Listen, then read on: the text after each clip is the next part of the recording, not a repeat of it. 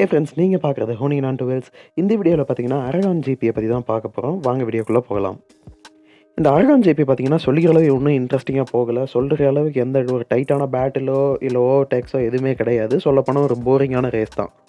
ஆனால் free practice பார்த்தீங்கன்னா பார்க்குறதுக்கு கொஞ்சம் நல்லா இருந்துச்சு. ஏன்னா எதிர்பார்த்த ரைடர்ஸ் நிறைய பேர் பார்த்தீங்கன்னா குவாலிஃபை ஆகலை. எதிர்பார்க்காத நிறைய ரைடர்ஸ் பார்த்தீங்கன்னா குவாலிஃபை ஆகிருந்தாங்க. இந்த குவாலிஃபிகேஷன் அண்ட் ஃப்ரீ ப்ராக்டிஸில் முக்கியமாக ஜார்க்கோட பெர்ஃபார்மன்ஸ்க்கு ஒரு ஷவுட் அவுட் கொடுத்தே ஆகணும். ஏன்னா ஜார்க்கோ பார்த்தீங்கன்னா அந்த Q1க்கு டேரெக்டாக போயிருந்தாங்க. இது வரைக்கும் எந்த ஒரு ஹோண்டா ரைடருமே 2024 Q1க்கு போனதே கிடையாது. ஜார்க்கோ தான் மொதல் ஆள். இந்த அரகான் ஜிபியில் மார்க் மார்க்கஸோட பெர்ஃபார்மன்ஸ் பார்த்தீங்கன்னா கிட்டத்தட்ட அன்ஸ்டாப்பபிளாக இருந்துன்னு தான் சொல்லணும். ஏன்னா ஃப்ரீ ப்ராக்டிஸ்லேருந்தே பயங்கரமான ஒரு அல்டிமேட் ஸ்பீடில் தான் மார்க் மார்க்கஸ் இருந்தாங்க. மார்க் மார்க்கஸ் பார்த்தீங்கன்னா ஒரு all time lab record create பண்ணி இந்த ரேஸில் பார்த்தீங்கன்னா போல் பொசிஷன் எடுத்துருந்தாங்க. போல் பொசிஷன் எடுத்தது மட்டும் இல்லாமல் அந்த ஸ்ப்ரிண்ட் ரேஸ், மெயின் ரேஸ் இது ரெண்டையுமே பார்த்தீங்கன்னா ஜெயிச்சிருந்தாங்க. மார்க் மார்க்கஸோட கடைசி வின் பார்த்தீங்கன்னா கிட்டத்தட்ட 3 வருஷத்துக்கு முன்னாடி இட்டாலியன் ஜிபியில் வின் பண்ணியிருந்தாங்க 2021. அதுக்கப்புறம் 3 வருஷம் கழிச்சு இந்த ரேஸை தான் பார்த்தீங்கன்னா மார்க் மார்க்கஸ் வின் பண்ணியிருக்காங்க. இந்த ரேஸ் என்ன தான் ஒரு போரிங் ரேஸாக இருந்தாலும் மார்க் மார்க்கஸ்க்கும் மார்க் மார்க்கஸோட ஃபேன்ஸுக்கும் இந்த ரேஸ் பார்த்தீங்கன்னா ஒரு முக்கியமான ரேஸ்ன்னு தான் சொல்லணும். ஸ்ப்ரிண்ட் ரேஸ் அப்புறம் மெயின் ரேஸ் இது ரெண்டுலேயுமே பார்த்தீங்கன்னா ஹோரே மார்டின் பார்த்தீங்கன்னா செகண்ட் பிளேஸில் ஃபினிஷ் பண்ணியிருக்காங்க. அது அடுத்ததாக பெட்ரோ கோஸ்ட்டை பார்த்தீங்கன்னா இந்த 2 ரேஸ்லையுமே தேர்ட் பிளேஸில் ஃபினிஷ் பண்ணியிருந்தாங்க. அதாவது first place, second place, third place இதில் பார்த்தீங்கன்னா பெருசாக எந்த மாற்றமும் கிடையாது. சாம்பியன்ஷிப் பாயிண்ட்ஸில் உள்ள கேப் பார்த்தீங்கன்னா ஹோரே மார்டினுக்கும் வெங்காயாக்கும் உள்ள கேப் பார்த்தீங்கன்னா கிட்டத்தட்ட 23 பாயிண்ட்டாக அதிகமாக இருக்குது. இந்த அரகான் ஜிபியில் முக்கியமாக பெருசாக பேசுகிற ஒரு விஷயம் பார்த்தீங்கன்னா ஃப்ரான்சிஸ்கோ பெங்காயா அண்ட் அலெக்ஸ் மார்க்கஸ் இவங்க 2 பேர்த்தோட கிராஷ் தான். இந்த கிராஷில் பார்த்தீங்கன்னா 2 பேரும் அவங்கவுங்க சைடு உள்ள நியாயத்தை சொல்கிறாங்க. ஒரு சைடு பெங்காயா பார்த்தீங்கன்னா அலெக்ஸ் மார்க்கஸ் என்னைய பார்க்காம இருக்கிறதுக்கு வாய்ப்பே கிடையாது, கண்டிப்பாக அவன் என்னை பார்த்துருக்கான். அது மட்டும் இல்லாமல் அவங்களோட இன்ஜினும் பார்த்தீங்கன்னா ஒரு 60% ஆன்லேயே தான் இருந்துச்சு. ஸோ த்ராட்டில் ஓப்பன் பண்ணிகிட்டே தான் இருந்திருக்காங்க, ஸ்டாப் பண்ணவே முயற்சி பண்ணல அலெக்ஸ் மார்க்கஸ் அப்படின்னு சொல்லி ஃப்ரான்சிஸ்கோ பெங்காயா சொல்லியிருக்காங்க. அது மட்டும் இல்லாமல் அலெக்ஸ் மார்க்கஸ் மிஸ்டேக் பண்ணியிருக்காங்க, ட்ராக்கை விட்டு வைடாக போயிட்டாங்க, மறுபடியும் ரேசிங் லைனுக்குள்ளே ஜாயின் பண்ணாங்க, அதனால தான் நான் லைனை க்ளோஸ் பண்ணேன் அப்படின்னு சொல்லி ஃப்ரான்சிஸ்கோ பெங்காயா பார்த்தீங்கன்னா சொல்லியிருக்காங்க. இன்னொரு பக்கம் அலெக்ஸ் மார்க்கஸ் பார்த்தீங்கன்னா பெங்காயா வந்து அவுட் சைடு இருந்து ஓவர்டேக் பண்ணாங்க. ஸோ லைனை வந்து டக்குன்னு க்ளோஸ் பண்ணிட்டாங்க, எனக்கு போகிறதுக்கான கேப்பே கொடுக்கல, அதுதான் இந்த கிராஷுக்கான காரணம் அப்படின்னு சொல்லி அலெக்ஸ் மார்க்கஸ் சொல்லியிருக்காங்க. அது மட்டும் இல்லாமல் பெங்காயா வந்து நான் வேணும்னே த்ராட்டில் ஓப்பன் பண்ணுன்னு சொல்லியிருக்காங்க. அந்த மாதிரி ஒரு விஷயத்தை நான் பண்ணவே கிடையாது, அப்படி ஒரு ஐடியா கூட எனக்கு வந்ததே கிடையாது. இது வந்து ஒரு மோட்டோ ஜிபி ஒரு ஹை லெவல் ஸ்போர்ட்ஸு, இந்த ஸ்போர்ட்ஸில் யாருமே அப்படி நினைக்க மாட்டாங்க அப்படின்னு சொல்லி அலெக்ஸ் மார்க்கஸ் சொல்லியிருக்காங்க. அது மட்டும் இல்லாமல் இந்த ஒரு இன்சிடென்ட்டுக்கு பார்த்தீங்கன்னா ஸ்டூவர்ட் சைடு இருந்து எந்த ஒரு ஆக்ஷனும் எடுக்கல. இது பார்த்தீங்கன்னா பியூரான ரேசிங் இன்சிடென்ட் அப்படின்னு சொல்லி முடிச்சிருக்காங்க. அண்ட் இந்த அரகான் ஜிபியில் இன்னொரு முக்கியமான பெர்ஃபார்மன்ஸ் பார்த்தீங்கன்னா ஃபேபியோ குவார்டராரோட பெர்ஃபார்மன்ஸை பற்றி சொல்லி ஆகணும். ஏன்னா ஸ்ப்ரிண்ட் ரேஸில் பார்த்தீங்கன்னா 8th பிளேஸ்க்கு சூப்பராக வந்து ஒரு ஃபைட் பண்ணியிருந்தாங்க. அதுவும் பெங்காயா கூட செமையான ஒரு பேட்டிலும் பண்ணியிருந்தாங்க. ஆனால் சண்டே ரேஸ் பார்த்தீங்கன்னா ஃபேபியோ குவார்டராரோக்கு எதிர்பார்த்த அளவு போகலன்னு தான் சொல்லணும். ஏன்னா போய் ஒரு கிராஷில் தான் சண்டே ரேஸ் பார்த்தீங்கன்னா ஃபேபியோ குவார்டராரோக்கு முடிஞ்சது. ஆனால் அடுத்ததாக யமஹாவோட டீம் பாஸ் பார்த்தீங்கன்னா இந்த வருஷத்தோட யமஹா விட்டு வெளியே போக போகிறாங்க. அவங்களோட ரிப்ளேஸ்மெண்ட்டும் பார்த்தீங்கன்னா யமஹாவோட அஃபிஷியல் பேஜில் அனௌன்ஸ் பண்ணிட்டாங்க. அண்ட் இந்த ரேஸில் பார்த்தீங்கன்னா டயர் ப்ரெஷரை வந்து அதிகமாக வச்சு ஓட்டினதுக்காக ராகுல் Fernandez, Jack Miller and Fabio Di Giannantonio இவங்க 3 பேருக்குமே பார்த்தீங்கன்னா 16 செகண்ட் பெனால்ட்டி கொடுத்துட்டாங்க. நீங்கள் ஒரு மோட்டோ ஜிபி ஃபேனாக இருந்தால் ரீசெண்டாக இந்த வீடியோ வந்து நீங்கள் வைரலாக வந்து இன்ஸ்டாகிராம்லேயோ இல்லை ஃபேஸ்புக்லேயோ பார்த்துருப்பீங்க. இது பார்த்தீங்கன்னா டுக்காட்டியோட டீம் மேனேஜர் பார்த்தீங்கன்னா ஏப்ரிலியாவில் உள்ள ஒரு ஸ்டாஃபை பிடிச்சி பயங்கரமாக வந்து சண்டை போட்டு திட்டிகிட்டு இருப்பாங்க. அதுக்கான முக்கியமான காரணம் என்னென்னு பார்த்தீங்கன்னா இந்த அப்ரிலியாவோட ஸ்டாஃப் பார்த்தீங்கன்னா டுக்காட்டியோட மார்க்கோ பெசேக்கியோட பைக்கை பார்த்தீங்கன்னா ஒரு 3D ஸ்கேனரில் வந்து ஸ்கேன் பண்ணிட்டு இருந்தாங்க. அதை வந்து டுக்காட்டியோட பாஸ் பார்த்துட்டாங்க. இது பார்த்தீங்கன்னா ரூல்ஸ் எல்லாம் கிடையாது. உங்களோட போட்டியாளரோட பைக்கை நீங்கள் வந்து தொடவோ, ஃபோட்டோ எடுக்கவோ இல்லை ஸ்கேனிங்கோ எதுவும் பண்ணக்கூடாது. அதுதான் பார்த்தீங்கன்னா ஒரு ரூல்ஸு. ஆனால் இந்த ஏப்ரிலியாவோட ஸ்டாஃப் பார்த்தீங்கன்னா 3D ஸ்கேனரில் அந்த பைக்கை ஸ்கேன் பண்ணிட்டு இருந்தாங்க. இதை பார்த்து டுக்காட்டியோட மேனேஜ்மெண்ட் பார்த்தீங்கன்னா பயங்கரமாக அவங்க மேலே சண்டை போட்டிருந்தாங்க. இதை வந்து யாரோ வீடியோ பிடிச்ச ஃபேஸ்புக்கில் அந்த இன்ஸ்டாகிராம் இதெல்லாம் போட்டு பயங்கரமாக வைரல் ஆகிடுச்சு. ஏப்ரிலியா பார்த்தீங்கன்னா எங்களுக்கும் எந்த சம்மந்தமும் கிடையாது, அது மட்டும் இல்லாமல் இந்த ஸ்டாஃபை நாங்கள் வேலையை விட்டு தூக்கிட்டோம் அப்படின்னு சொல்லி ஏப்ரிலியா சொல்லியிருக்காங்க. கரண்ட்டில் பார்த்தீங்கன்னா கேஸ் அண்ட் ஹஸ்க்வர்னா இந்த 2 டீமுமே பார்த்தீங்கன்னா கேடிஎம்மோட கையில் தான் இருக்குது. இந்த 2 டீமுக்கும் பெருசாக வெளியே மார்க்கெட் இல்லை அப்படின்ற காரணத்தினால அடுத்த வருஷத்துலேருந்து ஹஸ்க்வர்னா அண்ட் கேஸ் இந்த 2 டீமுமே பார்த்தீங்கன்னா மோட்டோ ஜிபி சாம்பியன்ஷிப் விட்டு கேடிஎம் பார்த்தீங்கன்னா வெளியே எடுக்க போகிறாங்க. ஆனால் கேடிஎம் ரேசிங் பார்த்தீங்கன்னா அப்படியே தான் இருக்க போகுது. ஏன்னா கேடிஎம்க்கு பார்த்தீங்கன்னா ரெட்புல் டேரெக்டாக ஸ்பான்சர் பண்ணுறாங்க. அது மட்டும் இல்லாமல் ரெட்புல் பார்த்தீங்கன்னா ஃபினான்ஷியலாக பயங்கரமான ஒரு ஸ்ட்ராங்கான கம்பெனி. அவங்க வந்து கேடிஎம் ப்ராஜெக்ட்டுக்கு எவ்வளோ வேணாலும் செலவு பண்ண தயாராக இருக்காங்க. அதனால் கேடிஎம் பார்த்தீங்கன்னா அடுத்த வருஷம் எல்லா சீரீஸ்லையுமே இருக்க போகுது. ஆனால் ஹஸ்க்வர்னா அண்ட் கேஸ் இந்த 2 டீமும் பார்த்தீங்கன்னா அடுத்த வருஷத்துலேருந்து கிடையாது. அந்த அடுத்த வருஷத்துலேருந்து போர்ச்சுகல் ஜிபி பார்த்தீங்கன்னா மோட்டோ ஜிபியில் பங்கேற்றுக்க போகிறது கிடையாது.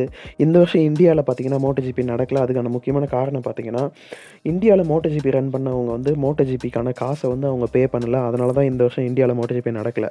அதே தான் பார்த்தீங்கன்னா இப்போ போர்ச்சுகலுக்கும் நடந்திருக்கு. MotoGPல எல்லா கிளாஸ்லயுமே பார்த்தீங்கன்னா, கரண்ட்ல ஸ்பானிஷ் அண்ட் இட்டாலியன்ஸ் இவங்களோட டாமினேஷன் தான் பயங்கர அதிகமா இருக்கு. இதுக்கு முடிவு கட்டுறதுக்காக MotoGP பார்த்தீங்கன்னா, புதுசா ஒரு ரூல்ஸ் கொண்டு வரலான்னு இருக்காங்க. அது என்னன்னு பார்த்தீங்கன்னா, limited number of Spanish and Italians அப்படின்னு ஒரு ரூல்ஸ கொண்டு வரலான்ட்டு இருக்காங்க. சிம்பிளா சொல்லப்போனா, MotoGP 1000 சிசி கிளாஸ்ல பார்த்தீங்கன்னா, மொத்தம் 22 சீட் இருக்கு. அதில பார்த்தீங்கன்னா, ஸ்பானிஷ் அண்ட் இட்டாலியன்ஸ் 2 பேர்த்துக்கும் சேர்த்து டோட்டலா ஒரு 15 சீட்டு தான் குடுப்போம். அதுக்கு மேல ஸ்பானிஷ் அண்ட் இட்டாலியன்ஸ் கிடையாது. அந்த மாரி ஒரு எக்ஸாம்பிளுக்கு நான் சொல்ல வரேன். கிட்டத்தட்ட இந்த மாரி ஒரு ரூல்ஸ் பார்த்தீங்கன்னா, Moto2, Moto3 அண்ட் MotoGP இந்த 3 கிளாஸ்லயுமே கொண்டு வரப்போறதா ஒரு வதந்தி கிளம்பிட்டு இருக்கு. ஆனா, இந்த வதந்திக்கு பார்த்தீங்கன்னா, ரைடர்ஸ் யாருமே சப்போர்ட்டா கிடையாது. எல்லாருமே இதுக்கு எதிர்த்து தான் இருக்காங்க.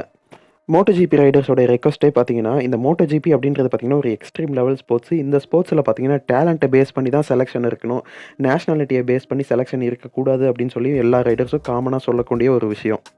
இத பத்தி உங்களோட தாட்ஸ் என்ன அப்படின்றத கண்டிப்பா கீழ கமெண்ட்ஸ்ல சொல்லுங்க. MotoGP ரைடர்ஸ் அவங்களோட டேலண்ட்ட பேஸ் பண்ணி தான் செலக்ட் பண்ணணுமா? இல்ல அவங்களோட நேஷனாலிட்டிய பேஸ் பண்ணி தான் செலக்ட் பண்ணணுமான்றத உங்களோட தாட்ஸ் என்ன அப்படின்றத கண்டிப்பா கீழ கமெண்ட்ஸ்ல சொல்லுங்க. Pramac பார்த்தீங்கன்னா, அடுத்த வருஷம் Yamaha கூட போறாங்க. அவங்களோட அஃபிஷியல் ரைடர் அனௌன்ஸ்மென்ட் பார்த்தீங்கன்னா, அடுத்ததா வரப்போற மிசானோ ஜிபில அனௌன்ஸ் பண்ண போறதா சொல்லியிருக்காங்க. ஸோ, அதில பார்த்தீங்கன்னா, அவங்க கண்டிப்பா எக்ஸ்பீரியன்ஸ் ரைடர வச்சு தான் மூவ் பண்ண போறதா சொல்லியிருக்காங்க. ஸோ, எனக்கு தெரிஞ்ச வரைக்கும் கண்டிப்பா Miguel Oliveira and Jack Miller வரதுக்கான சான்ஸ் தான் ரொம்ப அதிகமா இருக்கு. ஏன்னா, அவங்க ரூக்கி வேணாம் அப்படின்ற மாரி Pramacோட டீம் பாஸ் சொல்லியிருக்காங்க. இன்னொரு ரூமர் பார்த்தீங்கன்னா, மிகல் ஒலிவேரா மட்டும் தான் கன்ஃபார்ம். அந்த செகண்ட் பிளேஸ் பார்த்தீங்கன்னா, 2020ல ஃப்ராங்கோ மொபிடல் யூஸ் பண்ண பைக்க பார்த்தீங்கன்னா, இப்ப இருக்கிற Moto2 ரைடர்ஸ்க்கு குடுக்க போறதாவும், அது ஒரு பிரைவேட் டெஸ்ட்ல Toni Arbolino, Sergio Garcia and Alonso Lopez இவங்க 3 பேர்த்துக்கு குடுத்து, இவங்க 3 பேர்த்துல யார் ஃபாஸ்ட்டா இருக்காங்களோ, அவங்கள MotoGP கன்சிடர் பண்ண போறதாவும் ஒரு ரூமர் பார்த்தீங்கன்னா கிளம்பிட்டு இருக்கு. ஆனா, எனக்கு தெரிஞ்ச வரைக்கும் ஜாக் மில்லர் அந்த சீட்டுக்கு வரதுக்கான சான்ஸ் தான் ரொம்பவே அதிகமா இருக்கு. இத பத்தி நீங்க என்ன நினைக்கிறீங்கறதையும் கண்டிப்பா கீழ கமெண்ட்ஸ்ல சொல்லுங்க. அது மட்டும் இல்லாம Pramac பார்த்தீங்கன்னா, அடுத்த வருஷம் Yamahaக்கு போறது மட்டும் இல்லாம, இப்ப Moto2ல பார்த்தீங்கன்னா, VR46 மாஸ்டர் கேம்ப் Yamaha அப்படின்னு சொல்லிட்டு ஒரு டீம் Moto2ல இருக்கு. அந்த டீமும் பார்த்தீங்கன்னா, அடுத்த வருஷம் Pramac பார்த்தீங்கன்னா, டேக் ஓவர் பண்ண போறாங்க. அடுத்த வருஷத்துலருந்து அது Pramac Yamaha Moto2 ரேசிங் டீமா வரப்போகுது. ஸோ, இதனால Moto2 கிளாஸ்லயே நல்ல நல்ல யங் டேலண்ட்ஸ அவங்க Yamahaக்கு தேவையா அப்படின்னு நினைக்கிறவங்க எல்லாத்தையும் அந்த டீம்லயே போட்டு ட்ரெயின் பண்றதுக்கு இன்னும் கொஞ்சம் வசதியா இருக்கும். நம்மளோட ஒரு சப்ஸ்கிரைபர் பார்த்தீங்கன்னா, ஹோண்டா அண்ட் Yamaha ஏன் இவ்வளோ ஃபெயிலியரா இருக்காங்க? அதுக்கான காரணம் என்ன அப்படின்னு கேட்டிருந்தாங்க. எனக்கு தெரிஞ்ச வரைக்கும் ஹோண்டா அண்ட் Yamahaவுக்கு நெறைய ப்ராப்ளம் இருக்கு. அதில முக்கியமான ப்ராப்ளம் பார்த்தீங்கன்னா, ஹோண்டா அண்ட் Yamaha இவங்க 2 பேருமே கடைசி ஒரு 3, 4 வருஷமாவே பார்த்தீங்கன்னா, ஒரே ரைடர ஃபாலோ பண்ணிட்டாங்க. அது பார்த்தீங்கன்னா, அவங்களோட ஃபெயிலியருக்கு ஒரு முக்கியமான காரணம்னு சொல்லலாம்.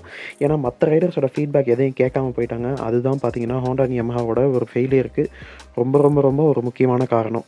இத தாண்டி டெக்னிக்கலாவும் பார்த்தீங்கன்னா, நெறைய காரணங்கள் இருக்கு. அதில பார்த்தீங்கன்னா, முக்கியமா கார்னரிங் ஸ்பீடு. இப்ப இருக்கிற V4 பார்த்தீங்கன்னா, இப்ப ஒரு Apriliaவோ, இல்ல ஒரு KTMஓ, இல்ல Ducatiயோ பார்த்தீங்கன்னா, கார்னர்ஸ்ல Yamaha அண்ட் Hondaவோட ரொம்ப ஃபாஸ்ட்டா இருக்காங்க. Yamaha அண்ட் Honda இவங்க 2 பேருமே பார்த்தீங்கன்னா, கார்னரிங்லயும், கார்னர் எக்ஸிட்லயும் தான் பார்த்தீங்கன்னா, பயங்கரமா சஃபர் ஆகுறாங்க. மேபி 2027 ரூல்ஸ் சேஞ்ச் பார்த்தீங்கன்னா, இவங்களுக்கு ஒரு ப்ளஸ்ஸா அமையறதுக்கான வாய்ப்பு இருக்கு. அடுத்ததா இன்னொரு சப்ஸ்கிரைபர் பார்த்தீங்கன்னா, ஒரு மேனுஃபேக்சரர் ஒழுங்கா பெர்ஃபார்ம் பண்ணலனா, அவங்களுக்கு ஏதாவது லாஸ் இருக்கா அப்படின்னு சொல்லி கேட்குறாங்க. அது பார்த்தீங்கன்னா, இப்போ ஒரு ஒரு மார்க்கெட்ட பொறுத்து தான். இப்ப ஈரோப் சைடு உள்ள மார்க்கெட்லாம் இந்த மாரி ரேசிங்ல நல்லா பெர்ஃபார்ம் பண்ணா மட்டும் தான் அந்த கம்பெனியில உள்ள ப்ராடக்ட்ஸ அவங்க வாங்குவாங்க. ஆனா, இந்தியா மாரி கண்ட்ரிக்கு அந்த மாரி கிடையாது. இப்ப இந்தியாலலாம் பார்த்தீங்கன்னா, KTMன்ற ஒரு பிராண்ட் யாருக்குமே தெரியாது. அந்த டைம்ல அவங்க எந்த ரேசிங்லயுமே கிடையாது. சொல்லப்போனா அவங்க டர்ட் பைக்ஸ்ல மட்டும் தான் கான்சன்ட்ரேட் பண்ணிட்டு இருந்தாங்க. MotoGPலயோ இல்ல வேர்ல்ட் சூப்பர் பைக்ல எதுலயுமே அவங்க கிடையாது. ஆனாலுமே அவங்களோட ப்ராடக்ட் நல்லா இருந்துச்சு. இந்தியாவ நல்லா அட்ராக்ட் பண்ணுச்சு. நெறைய பேத்துக்கு பிடிச்சிருந்துச்சு. அதனால அந்த ப்ராடக்ட் பார்த்தீங்கன்னா, பயங்கரமா சக்சஸ்ஃபுல் ஆச்சு. ஆனா, ஈரோப் கண்ட்ரீஸ்ல அப்படி கிடையாது. இப்ப இந்த ஒரு Spain, Italy, France, Portugal, UK இந்த மாரி இடத்துலலாம் பார்த்தீங்கன்னா, ஒரு ரேசிங்ல அவங்க நல்லா பெர்ஃபார்ம் பண்ணா மட்டும் தான் ஒரு கஸ்டமர் பார்த்தீங்கன்னா, அந்த ப்ராடக்ட்ட ஷோரூம்ல போய் வாங்குவாங்க. ஸோ, ஈரோப் கண்ட்ரீஸ பொறுத்தவரைக்கும் இந்த மார்க்கெட்டிங் அப்படின்றது பார்த்தீங்கன்னா, இவங்க ரேஸ்ல எவ்வளோ சக்சஸிவா இருக்காங்களா, இல்ல ஃபெயிலியரா இருக்காங்களா அப்படின்றத பொறுத்து தான் அவங்களோட மார்க்கெட்ல அவங்களோட சக்சஸ் அண்ட் ஃபெயிலியர் பார்த்தீங்கன்னா முடிவு செய்யும். ஸோ, இப்போ ஒரு உதாரணத்துக்கு சொல்லணும்னா, இப்போ Apriliaன்ற ஒரு கம்பெனி இருக்குன்னு வச்சுக்கோங்களேன். அவங்க MotoGPல Castrolல யூஸ் பண்றாங்க. ஓலின் சஸ்பென்ஷன் யூஸ் பண்றாங்க. Brembo பிரேக்ஸ் யூஸ் பண்றாங்க. Akrapovic எக்ஸாஸ்ட் யூஸ் பண்றாங்க. ஸோ, Apriliaன்ற பிராண்ட் மட்டும் அங்க கிடையாது. அங்க பார்த்தீங்கன்னா நெறைய பிசினஸ் இருக்கு. ஓலின்ஸோட பிசினஸ் இருக்கு. Bremboவோட பிசினஸ் இருக்கு. Castrolோட பிசினஸ் இருக்கு. இந்த மாரி அந்த பைக்குக்கு ஸ்பான்சர் பண்ற நெறைய பேர்த்தோட பிசினஸும் பார்த்தீங்கன்னா, இந்த Apriliaவோட பெர்ஃபார்மன்ஸ பேஸ் பண்ணி தான் இருக்கு. ஸோ, இந்த மாதிரி தான் Ducati, Yamaha, Honda அப்படின்னு எல்லா மேனுஃபேக்சரர் மட்டும் இல்லாம, அவங்களுக்கு ஸ்பான்சர் பண்றவங்களோட பிசினஸும் பார்த்தீங்கன்னா, அவங்களோட பெர்ஃபார்மன்ஸ பேஸ் பண்ணி தான் இருக்கும். அண்ட் முக்கியமா நம்மளோட பழைய MotoGP வீடியோல பார்த்தீங்கன்னா, மார்க் மார்கஸ் பண்ற டோவிங்க பத்தி நம்ம பேசியிருந்தோம். அதுக்கு நெறைய பேர் கமெண்ட்ஸும் போட்டிருந்தாங்க. அது மட்டும் இல்லாம ஒரு சப்ஸ்கிரைபர் பர்சனலா எனக்கு ஃபோன் பண்ணியும் சொன்னாங்க. அதாவது என்னன்னா, இப்போ ஒரு பிரச்சனை நடக்குதுன்னா, உங்களோட பர்சனல் தாட்ஸ சொல்லாதீங்க. என்ன நடந்திருக்கு அப்படின்றத மட்டும் சொல்லுங்க அப்படின்னு சொல்லியிருந்தாங்க. அது பார்த்தீங்கன்னா, எனக்கு ஒரு வேலிடான பாயிண்ட்டா தெரிஞ்சது. என்னோட பர்சனல் தாட்ட சொல்றதுக்காக நான் இந்த MotoGP சேனல் ஆரம்பிக்கல. இந்த MotoGP சேனல்ல பார்த்தீங்கன்னா, MotoGPல என்ன நடக்குது அப்படின்றது பார்த்தீங்கன்னா, நெறைய பேர் தெரிஞ்சுக்கணும் அப்படின்றதுக்காக மட்டும் தான் இந்த சேனல் ஆரம்பிச்சேன். ஸோ, இனிமேல் அப்கமிங் வீடியோஸ்ல ஒரு தப்பு நடக்குது அப்டின்னா, அந்த இடத்துல ஒரு தப்பு நடந்திருக்கு அப்டின்றத மட்டும் தான் உங்கள்ட்ட நான் சொல்லப் போறேன். என்னோட பர்சனல் தாட்ஸ அதில நான் ஷேர் பண்ண விரும்பல. ஸோ, இந்த வீடியோ உங்களுக்கு பிடிச்சிருந்துச்சுன்னா லைக் பண்ணுங்க. உங்க ஃப்ரெண்ட்ஸ் அண்ட் ஃபேமிலில யாருக்காவது MotoGP ரொம்ப பிடிக்கும் அப்டின்னா, அவங்களுக்கு இந்த வீடியோவ ஷேர் பண்ணி விடுங்க. தேங்க்ஸ் ஃபார் வாட்சிங் this video. Sea you next video. Bye.